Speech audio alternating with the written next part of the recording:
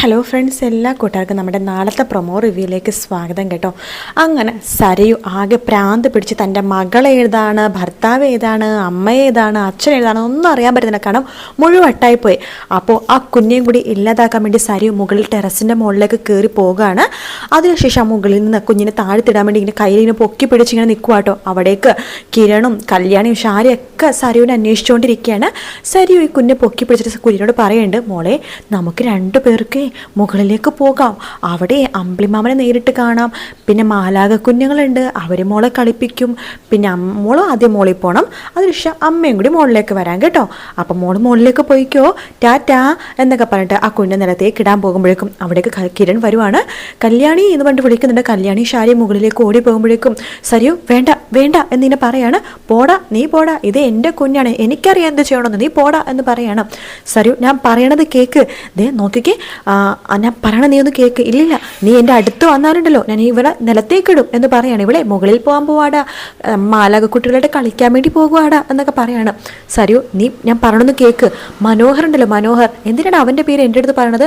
അവനെ ലോക കള്ളനാ, ഒരുപാട് പെമ്പിള്ളേരെ അവൻ പറ്റിച്ചിട്ടുണ്ട്, അവൻ്റെ പേര് നീ എൻ്റെ അടുത്ത് പറയണ്ട കേട്ടോ എന്ന് പറയണം. എടി അവനെ മരിച്ചിട്ടില്ല, ദേ അവൻ്റെ ഇപ്പോഴത്തെ ഭാര്യയായിട്ട് ഇവിടെ വന്നിട്ടുണ്ട്. നീ പറഞ്ഞ സത്യമാണോ? അതെ, അതാ ഞാൻ പറഞ്ഞത്, നീ കുഞ്ഞ് നിലത്തേക്കിടല്ലേ, ഇങ്ങോട്ട് വാ, ഞാൻ കാണിച്ചുതരാം. അപ്പോൾ അവനെ കൊല്ലാൻ വേണ്ടി നീ എന്നെ സഹായിക്കോ? തീർച്ചയായിട്ടും സഹായിക്കും എന്ന് പറയുമ്പോഴേക്കും കല്യാണി അങ്ങോട്ടേക്ക് വരുന്നുണ്ട്. അതെ സരിയു, ദേ ഞങ്ങൾ സഹായിക്കാം, മനോഹരനെ കൊല്ലാൻ വേണ്ടിയിട്ട് ഞങ്ങളും കൂടി സഹായിക്കാം. എങ്കിൽ ശരി, എങ്കിൽ ഞാൻ വരാം എന്നൊക്കെ പറഞ്ഞിട്ട് സരിയു പ്രാന്ത് പിടിച്ചിട്ട് കുഞ്ഞിനെയും കൊണ്ട് അങ്ങോട്ടേക്ക് പോവാണ്. കുഞ്ഞിനെ കല്യാണിയുടെ കയ്യിലേക്ക് കൊടുത്തു എന്ന് കിരൺ പറയുന്നുണ്ട്. അങ്ങനെ സരിയു കല്യാണിയുടെ കയ്യിലേക്ക് കുഞ്ഞിനെ കൊടുക്കുകയാണ്. അപ്പോൾ തന്നെ കിരൺ ഒരു വലിയൊരു ഷോളോ കയറൊക്കെ വെച്ചിട്ട് സരിയുടെ രണ്ട് കൈയും കൂട്ടി കെട്ടുകയാണ്. എടാ നീ എന്താണ് ചെയ്യണത്? നീ എന്നെ പറ്റിച്ചല്ലടാ, നീ എന്നെ എവിടേക്കാണ് കൊണ്ടുപോകാൻ പോണത്? എടാ ചതിയ, എൻ്റെ കൈ വിടുക എന്നൊക്കെ പറഞ്ഞ് ബഹളം ഉണ്ടാക്കുമ്പോഴേക്കും കിരൺ പറയുന്നുണ്ട്, കല്യാണി ആംബുലൻസ് വിളിക്കാൻ വേണ്ടി പറയണം. അങ്ങനെ കല്യാണി ആംബുലൻസ് വിളിക്കേണ്ട സരുവിനെയും കൂട്ടിക്കൊണ്ട് അവർ മെൻ്റൽ ഹോസ്പിറ്റലിലേക്കാണ് പോകുന്നത് കേട്ടോ. അതേസമയം കല്യാണി എടുത്ത് കിരൺ പറയുന്നുണ്ട്, കല്യാണി നീ വീട്ടിലേക്ക് കുഞ്ഞിനെ കൊണ്ട് വീട്ടിലേക്ക് പോയിക്കോ, ആൻറ്റിനെ നീ വീട്ടിലേക്ക് കൊണ്ടുപോയിക്കോ, ഞാൻ ഇവളെ ഹോസ്പിറ്റലിൽ കൊണ്ട് വന്നോളാം എന്ന് പറയുമ്പോൾ ഷാരി പറയുന്നുണ്ട്, വേണ്ട ഞാനും കൂടി വരാമെന്ന് പറയുമ്പോൾ കല്യാണി പറയണ്ട, അതേ കിരണേട്ടാ ഞങ്ങളും കൂടി വരാം. അപ്പോൾ കുഞ്ഞിനെ അമ്മയുടെ കയ്യിൽ ഏൽപ്പിക്കാം എന്ന് പറയാണ്.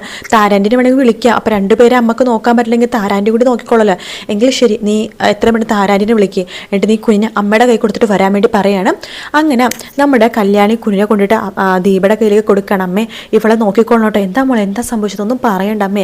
സരിയു അവൻ്റെ തല അടിച്ച് പൊട്ടിച്ചു. മനോഹറിൻ്റെയോ? അതെ, അവൻ സീരിയസ് അവസ്ഥയിലാണ് അമ്മേ, എന്ത് വേണമെങ്കിലും സംഭവിക്കാം, ചിലപ്പോൾ മരിക്കും, ചിലപ്പോൾ ജീവനോടെ അതേ കിടപ്പിൽ തന്നെ കിടക്കും. ശത്രുക്കൾക്ക് എത്ര പെട്ടെന്നാണ് മോളെ തിരിച്ചടി കിട്ടണത്. അതേ അമ്മേ, അത് ആ ശത്രുക്കൾക്ക് കിട്ടുമ്പോൾ തിരിച്ചടി കിട്ടുമ്പോൾ ഒരുമിച്ച് അങ്ങോട്ട് കിട്ടുമെന്ന് പറയണത്. എന്തായാലും അമ്മ കുഞ്ഞിനെ നോക്ക്, അവൾ വല്ലാത്തൊരു മാനസികാവസ്ഥയിലാണ്, ഭ്രാന്ത് പിടിച്ച പോലത്തെ അവസ്ഥയാണ്, ഞങ്ങൾക്ക് ഹോസ്പിറ്റലിൽ പോകേണ്ട ആവശ്യമുണ്ട് എന്ന് പറഞ്ഞിട്ട് കല്യാണിയും ഷാരിയും കിരണും കൂടി സരിനെയും കൂട്ടിക്കൊണ്ട് ഹോസ്പിറ്റലിലേക്ക് പോകുക കേട്ടോ. അങ്ങനെ ഹോസ്പിറ്റലിൽ പോകുമ്പോൾ തന്നെ അവിടേക്ക് എവിടേക്കാടാ നിന്നെ കൊണ്ടുവന്നൊക്കെ ചോദിക്കുമ്പോഴേക്കും കിരൺ പറഞ്ഞു, ഭ്രാന്താശുപത്രിയിലെ. എടാ നിന്റെ ഭാര്യനെ കൊണ്ടിടറ, നിന്റെ തള്ളനെ കൊണ്ട് ഭ്രാന്താശുപത്രി ഇടറ എന്നൊക്കെ സരിയു പറയുന്നുണ്ടെങ്കിലും കിരൺ അതൊന്നും കാര്യമാക്കുന്നില്ല. അവിടെ ഉണ്ടായിരുന്ന കുറേ അറ്റൻഡർമാരൊക്കെ വന്നിട്ട് നമ്മുടെ സരിയുടെ കൈയൊക്കെ പിടിച്ച് വലിച്ച് അവർ ഭ്രാന്താശുപത്രിയിലേക്ക് കൊണ്ടുപോവാണ്. സരിയുടെ ഡ്രസ്സൊക്കെ മാറിയിട്ട് ഭ്രാന്താശുപത്രിയിലെ മെൻ്റൽ ഹോസ്പിറ്റൽ രോഗികൾ ഇടുന്ന ഡ്രസ്സ് ഉണ്ടല്ലോ, ആ ഡ്രസ്സ് എടുപ്പിക്കണം. കാരണം സരിയു കൈവിട്ട് പോയി, ഇനി ഷോക്ക് ട്രീറ്റ്മെൻറ്റേ വഴിയുള്ളൂ. അങ്ങനെ സരിയുടെ ആദ്യം ഷോക്ക് കൊടുക്കാൻ വേണ്ടിയിട്ട് അവിടുത്തെ ഡോക്ടർ എല്ലാവരും കൂടി സരുവിനെ പിടിക്കുമ്പോഴേക്കും സരു അവരുടെ കയ്യിൽ കടിച്ചടന്ന് ഓടി രക്ഷപ്പെടാൻ വേണ്ടി പോകുകയാണ്. സരുവിനെ അവരെല്ലാവരും കൂടി കൂട്ടി പിടിക്കുന്നുണ്ട്. അത് കണ്ട് ഷാരി പൊട്ടിക്കരയായിട്ടോ. കാരണം ഷാരിക്ക് അത് താങ്ങാൻ പറ്റാവുന്നതിൽ അപ്പുറമാണ്. ചെയ്ത തെറ്റുകൾക്കൊക്കെ തിരിച്ചടി കിട്ടിയെന്ന് ഷാരിക്ക് മനസ്സിലായി. ഷാരിയുടെ സ്വഭാവം മാറിയിട്ടുണ്ട് കേട്ടോ. അപ്പോഴേക്കും കല്യാണി ഷാരിയുടെ അടുത്തേക്ക് വരുന്നുണ്ട്. സാരമില്ല ആൻറ്റി എന്ന് പറയുമ്പോൾ മോളെ ഇല്ല, ഇതിന് കാരണം ഞാനും എൻ്റെ ഭർത്താവെന്ന് പറഞ്ഞ അയാളും കൂടിയിട്ടാണല്ലോ മോളെന്ന് പറഞ്ഞ് പൊട്ടിക്കരയാണ്. സാരില്ല ആൻറ്റിക്ക് മാറാൻ ഇനിയും സമയമുണ്ട് എന്നൊക്കെ പറഞ്ഞിട്ട് നമ്മുടെ ഷാരിനെ ചേർത്ത് പിടിക്കുകയാണ്. അങ്ങനെ സരുവിനെ കൂട്ടിക്കൊണ്ട് ഹോസ്പിറ്റലിൽ നിന്ന് ഡോക്ടർമാരും അവിടുത്തെ നഴ്സുമാരൊക്കെ കൂട്ടി സെല്ലിലേക്ക് ആക്കുന്നുണ്ട്. സരി അവിടുന്ന് പൊട്ടിക്കരയാണ്. എന്നെയും കൂടി കൊണ്ടുപോകുന്ന പറഞ്ഞ് പൊട്ടിക്കരയുമ്പോഴേക്കും കല്യാണി ഷാരിനെയും കിരണും കൂടിയിട്ട് അവിടെ നിന്ന് പടി ഇറങ്ങും കേട്ടോ. അതിനുശേഷം നമ്മുടെ കിരണും കല്യാണിയും അതുപോലെ തന്നെ കൂടിയിട്ട് മരിയാണ് ഈ പെണ്ണെന്നുള്ള കാര്യം കണ്ടുപിടിക്കുന്നുണ്ട്. അവരെങ്ങനെ കണ്ടുപിടിക്കണമെന്ന് അറിയില്ല, അവർ കണ്ടുപിടിക്കുന്നതിന് ശേഷം മരിയനെ കാണാൻ വേണ്ടി ഇവർ ഒരു റെസ്റ്റോറൻറ്റിലേക്ക് പോവുകയാണ്. അപ്പോൾ മരിയ ഇവരെയും കാത്ത് അവിടെ നിൽക്കുന്നുണ്ട് കേട്ടോ. അപ്പോൾ കിരണും കല്യാണി വരുമ്പോൾ മരിയ പറയുന്നുണ്ട്, ഞാൻ നിങ്ങളെയും കാത്തിരിക്കുകയായിരുന്നു. മാഡം കുറേ നേരമായി വന്നിട്ട്.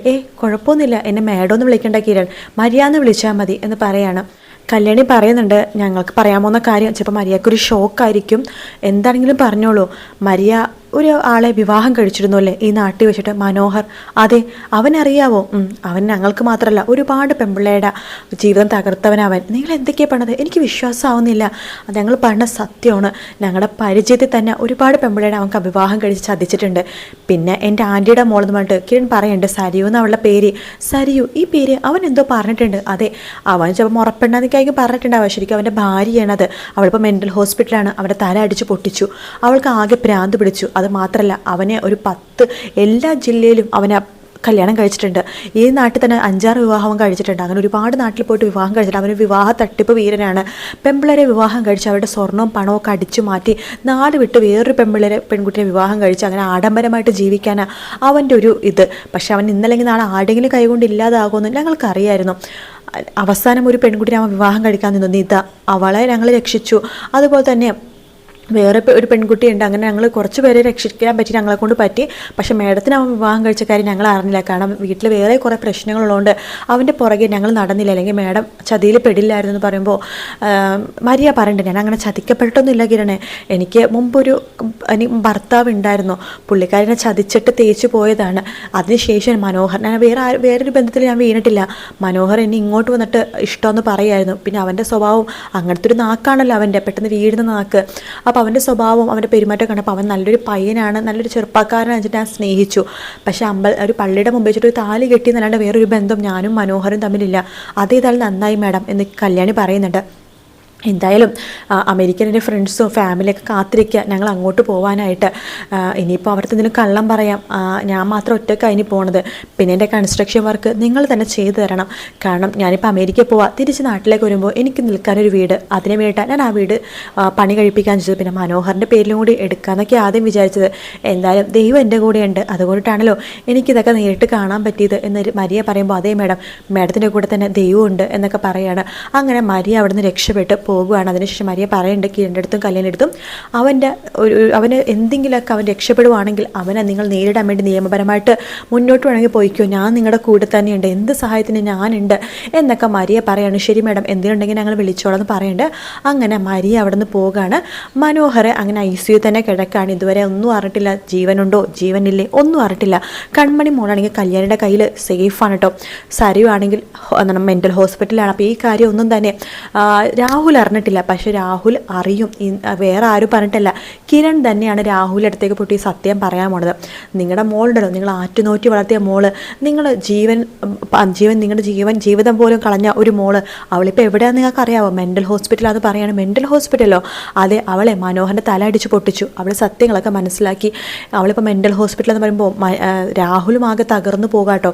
അത് രാഹുലും ഏറെക്കുറെ നേരെയാവാൻ വേണ്ടി പോകുവാണ്.